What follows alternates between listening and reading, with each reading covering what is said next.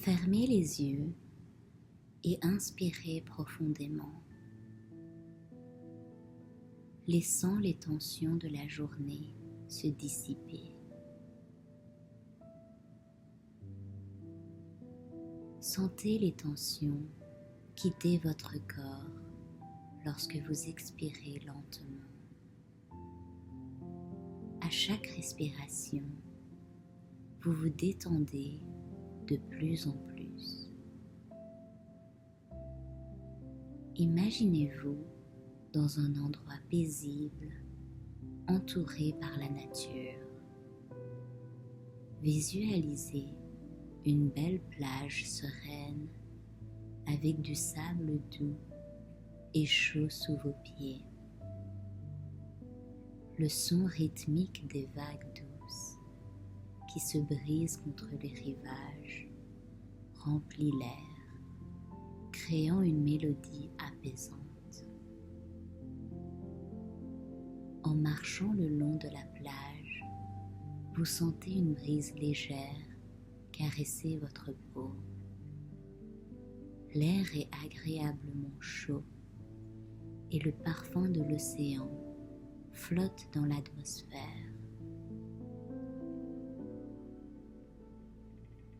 À chaque pas que vous faites, votre corps devient plus léger, comme si le poids du monde se dissipait de vos épaules. Trouvez un endroit confortable sur la plage et allongez-vous en regardant le ciel nocturne. Les étoiles scintillent au-dessus de vous, peignant la toile de l'univers de leur éclat. Vous ressentez une profonde paix et tranquillité en vous connectant à l'immensité du cosmos. Laissez votre esprit vagabonder librement en libérant toute pensée ou souci persistant. Acceptez la quiétude du moment et laissez-vous aller, relâchant toute tension dans votre corps. Abandonnez-vous à la tranquillité et laissez-vous emporter dans un sommeil paisible. Sachez que lorsque vous vous endormirez, votre corps et votre esprit se régénéreront.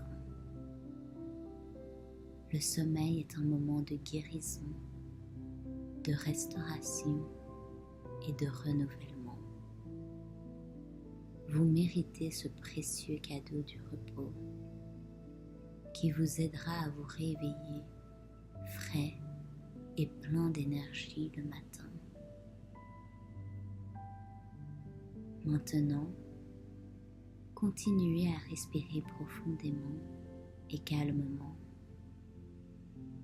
ressentant l'étreinte du sommeil qui vous enveloppe doucement.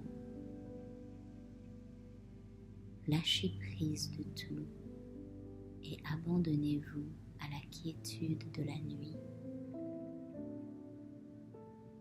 Détendez-vous et laissez-vous guider par l'histoire que je vais vous raconter.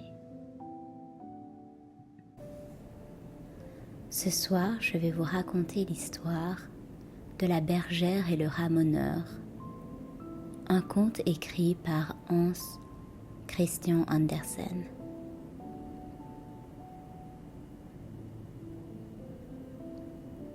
As-tu jamais vu une très vieille armoire de bois noircie par le temps et sculptée de fioritures et de feuillages?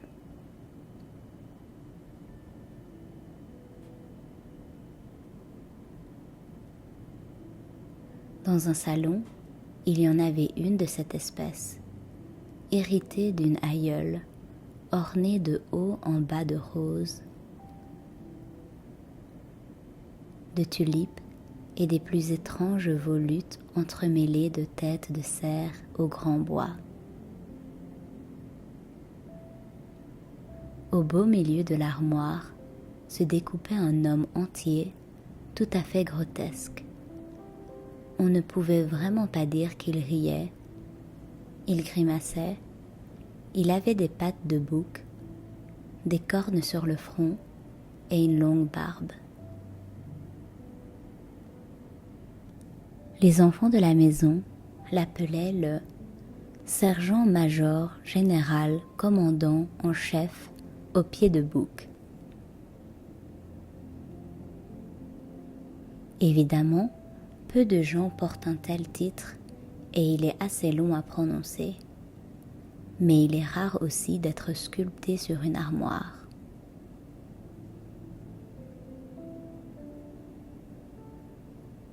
Quoi qu'il en soit, il était là.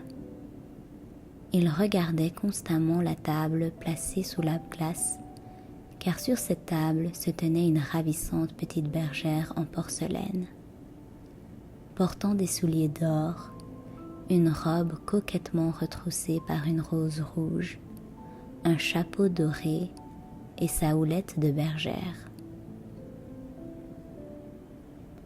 Elle était délicieuse. Tout près d'elle se tenait un petit ramoneur, noir comme du charbon, lui aussi en porcelaine. Il était aussi propre et soigné que quiconque. Il représentait un ramoneur, voilà tout. Mais le fabricant de porcelaine aurait aussi bien pu faire de lui un prince. C'était tout comme. Il portait tout gentiment son échelle. Son visage était rose et blanc comme celui d'une petite fille, ce qui était une erreur, car pour la vraisemblance, il aurait pu être un peu plus noir aussi de visage. On l'avait posé à côté de la bergère, et puisqu'il en était ainsi, ils s'étaient fiancés. Ils se convenaient, jeunes tous les deux, de même porcelaine et également fragiles. Tout près d'eux, et bien plus grand, était assis un vieux Chinois en porcelaine, qui pouvait hocher de la tête.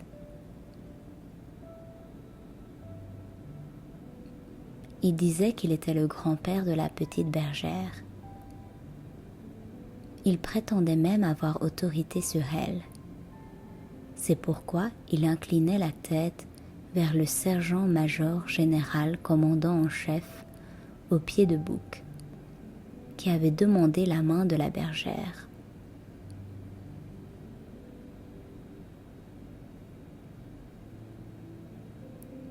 Tu auras là, dit le vieux Chinois, un mari qu'on croirait presque fait de bois d'acajou, qui peut te donner un titre ronflant, qui possède toute l'argenterie de l'armoire, sans compter ce qu'il garde dans ses cachettes mystérieuses.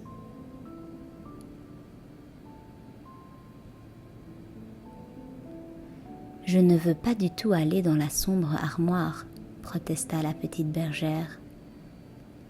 Je me suis laissé dire qu'il y avait là-dedans 11 femmes en porcelaine.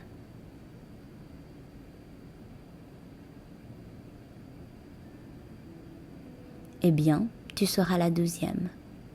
Cette nuit, quand la vieille armoire se mettra à craquer, vous vous marierez, aussi vrai que je suis chinois.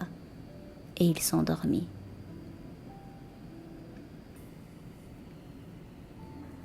La petite bergère pleurait. Elle regardait le ramoneur de porcelaine, le chéri de son cœur. Je crois, dit-elle, que je vais te demander de partir avec moi dans le vaste monde. Nous ne pouvons plus rester ici.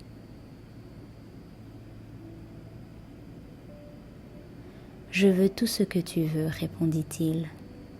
Partons immédiatement. Je pense que mon métier me permettra de te nourrir.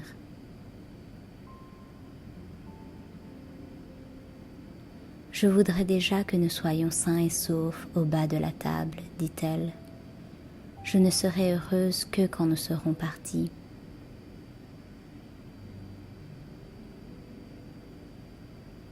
Il la consola de son mieux et lui montra où elle devait poser son petit pied sur les feuillages sculptés longeant les pieds de la table.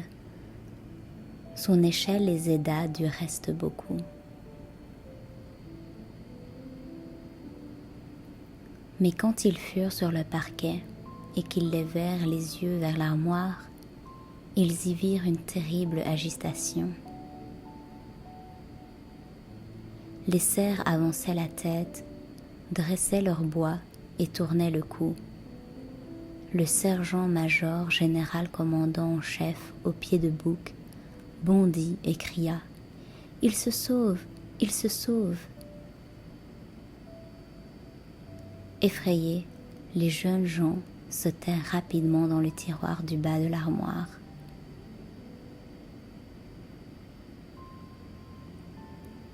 Il y avait là 4 jeux de cartes incomplets et un petit théâtre de poupées, monté tant bien que mal.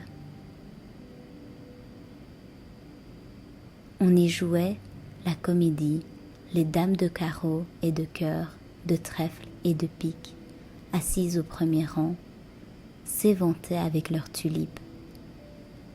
Les valets se tenaient debout derrière elles et montraient qu'ils avaient une tête en haut et une tête en bas, comme il sied quand on est une carte à jouer. La comédie racontait l'histoire de 2 amoureux qui ne pouvaient pas être l'un à l'autre. La bergère en pleurait, c'était un peu sa propre histoire. « Je ne peux pas le supporter, dit-elle, sortons de ce tiroir. » Mais dès qu'ils furent à nouveau sur le parquet, levant les yeux vers la table, ils aperçurent le vieux Chinois réveillé qui vacillait de tout son corps. Il s'effondra comme une masse sur le parquet.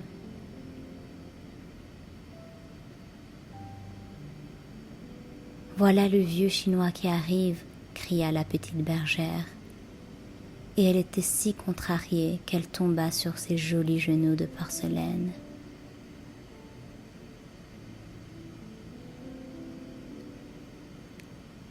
Une idée me vient, dit le ramoneur.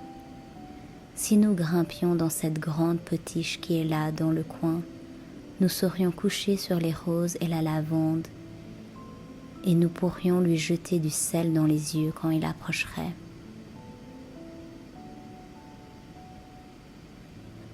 Cela ne va pas, dit la petite. Je sais que le vieux Chinois et la potiche ont été fiancés. Il en reste toujours un peu de sympathie.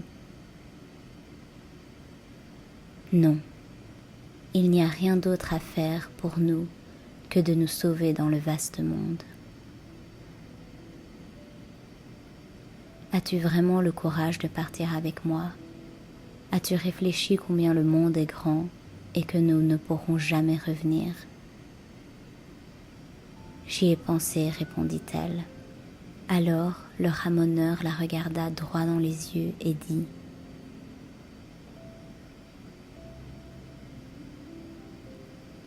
Mon chemin passe par la cheminée. As-tu le courage de grimper avec moi à travers le poêle, d'abord le foyer, puis le tuyau où il fait nuit noire? Après le poêle, nous devons passer dans la cheminée elle-même. À partir de là, je m'y entends, nous monterons si haut qu'ils ne pourront pas nous atteindre. Et tout en haut, il y a un trou qui ouvre sur le monde. » Il la conduisit à la porte du poêle. « Oh, que c'est noir, dit-elle. » Mais elle le suivit à travers le foyer et le tuyau noir comme la nuit. « Nous voici dans la cheminée, cria le garçon. Vois, vois là-haut brille la plus belle étoile. Et c'est vrai, cette étoile semblait leur indiquer le chemin. Ils grimpaient et rampaient. Quelle affreuse route! Mais il la soutenait et l'aidait. Il lui montrait les bons endroits où appuyer ses fins petits pieds. Et ils arrivèrent tout en haut de la cheminée, où ils s'assirent épuisés. Et il y avait de quoi. Au-dessus d'eux, le ciel et toutes ses étoiles. En dessous, les toits de la ville. Ils regardaient au loin, apercevant le monde. Jamais la bergère ne l'aurait imaginé ainsi. Elle appuya sa petite tête sur la poitrine du ramoneur et se mit à sangloter si fort que l'or qui garnissait sa ceinture craquait et tombait en morceaux. C'est trop, gémit-elle, je ne peux pas le supporter. Le monde est trop grand. Que ne suis-je encore sur la petite table devant la glace? Je ne serai heureuse que lorsque j'y serai retournée. Tu veux bien me ramener à la maison si tu m'aimes un peu?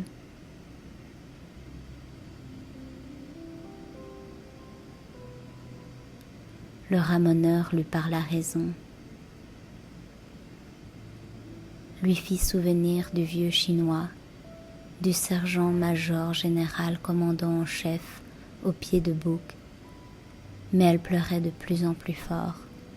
Elle embrassait son petit ramoneur chéri, de sorte qu'il n'ait rien d'autre à faire que de lui obéir, bien qu'elle eût grand tort.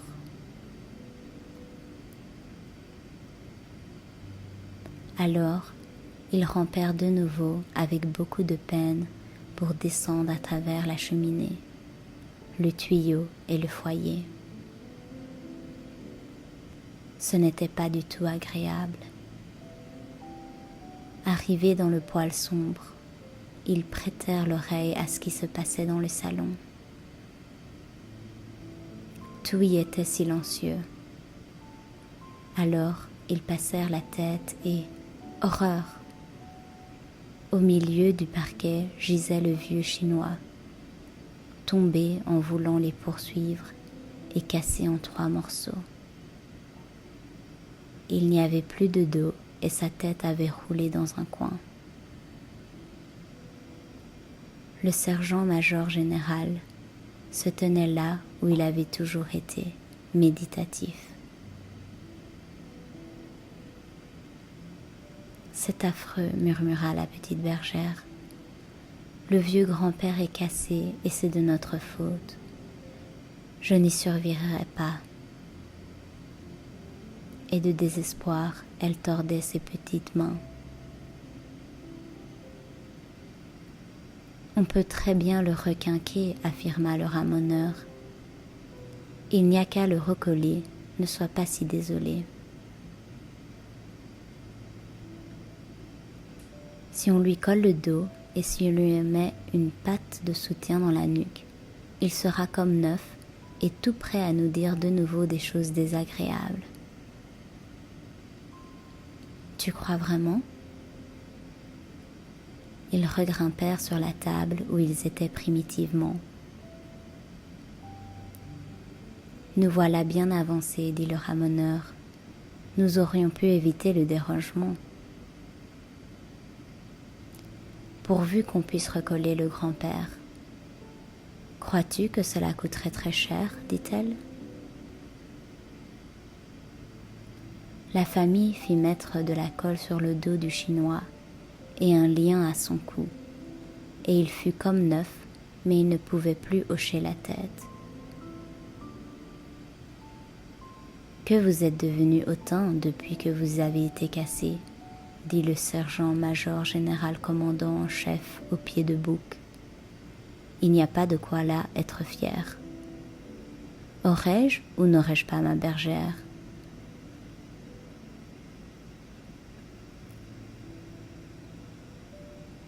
Le ramoneur et la petite bergère jetaient un regard si émouvant vers le vieux Chinois. Ils avaient si peur qu'il dise oui de la tête, mais ils ne pouvaient plus la remuer. Et comme il lui était très désagréable de raconter à un étranger qu'il était obligé de porter un lien à son cou, les amoureux de porcelaine restèrent l'un près de l'autre, bénissant le pansement du grand-père, et cela jusqu'au jour où eux-mêmes furent cassés.